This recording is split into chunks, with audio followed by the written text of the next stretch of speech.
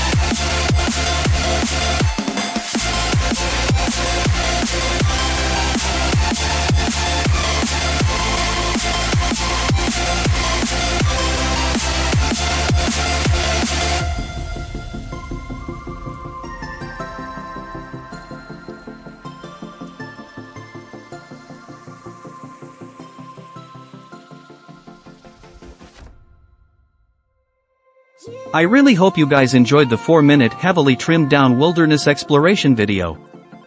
I still have so much to show, but that is not what you came here for. Without wasting much of your time, let's begin with what you guys wanted to see. I am very lucky to have stumbled upon the Tetraponera Rufonigra's nuptial flight. It happened when I was back from trekking and I thought to myself, let's find some ants to shoot in the orchard before I call it a day, as I was very tired from starting early before the sun was up. I spotted the first Tetraponera Rufonigra on the largest tree in the orchard, not just any Tetraponera but a female alate. She was just at eye level when I spotted her. Being a person that keeps ants, I always have catch cups with me, just in case I come across a scenario like this. At the back of my head, I knew this wasn't just a single alate that was out on a stroll. I have experience catching this species back in town, and it is never just one. I knew I had to stay a while longer and scour this orchard, perhaps turning it upside down to find them. The other kinds of bugs in the orchard were eating me alive and the sun was bearing down on me. I couldn't care less. I spotted another one next to this tree just a few minutes apart after capturing the first one. I didn't manage to capture the whole episode of me getting these two earlier, as catching with one hand and the other holding the camera was no easy task. Especially for this deadly species of ant, they can sting you with the blink of an eye. That is how fast they are, as they have very good eyesight and can see a distance. Never stand with your back facing the sun, this will create your shadow. Once she detects movement in your shadow, she will dash to safety, and you will never be able to find her. I just wished that I had brought a tweezer with me. It would have made them easier to catch without much effort and leveled the playing field. Having only one hand hold the cup down while waiting for her to climb onto it gives you chills and an adrenaline rush. I would be able to close the cover fast enough before she realized it was a trap. I was glad to get this container with the cover attached because it made one-handed action simpler. Let's continue to watch on. I got my third female alate on the ground. It wasn't an ideal spot, but I'm not wasting any chances and I'm going to catch it as soon as she stops moving. I just need to wait for her to climb up on the cup before I flick the cover on with just one hand. Every time I do that, there is a chance that I will get stung.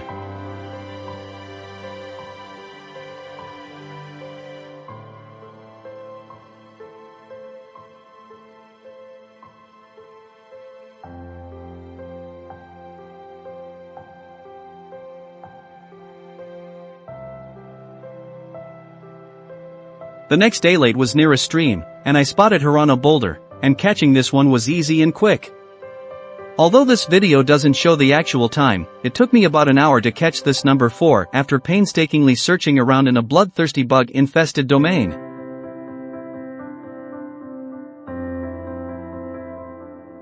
You can tell they are extremely fast and agile species, especially for alate females, who instinctively know that they need to be at a safe location to start their colony-founding journey. As long as they are moving, you can spot them on the ground, even on grass patches. Look slowly and you will definitely find one.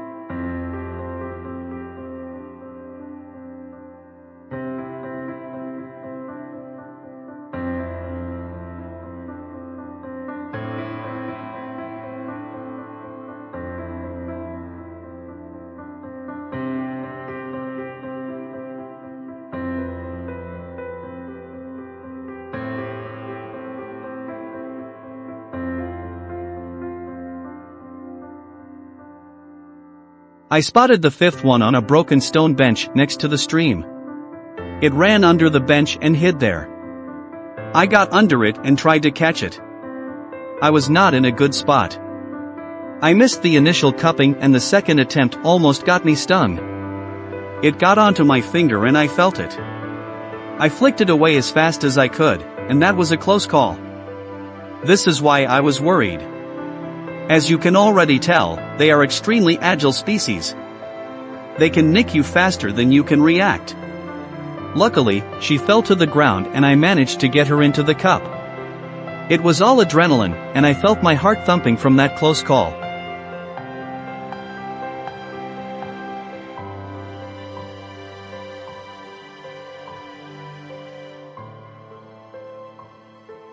Number 6 was on an exposed tree root. It is not a good place to put the catch cup. So I used a stick and tried to get her on there. She took the bait and climbed onto the stick, which I quickly moved her to flatter ground, but she jumped off in midair. You can tell that I was looking for her with the camera and at the same time looking at the ground. As soon as I spotted her, I cupped her immediately. She could disappear in the thick grass patch and remain immobile. If she does this, you won't be able to see her. The sun was roasting me, but the hunt goes on.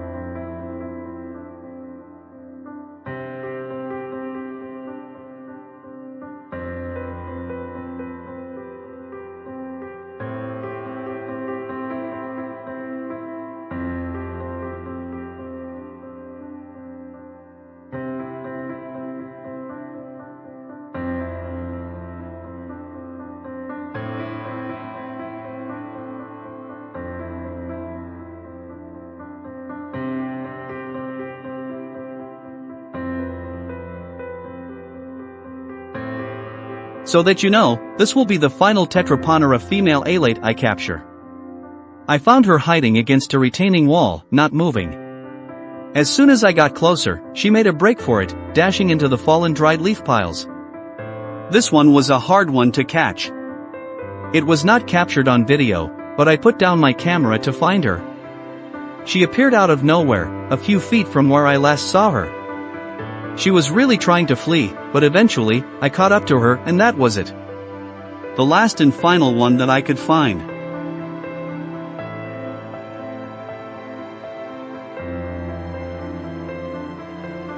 It was supposed to be a lighthearted solo trip and I didn't think much of my day until I encountered these 7 gorgeous female alates.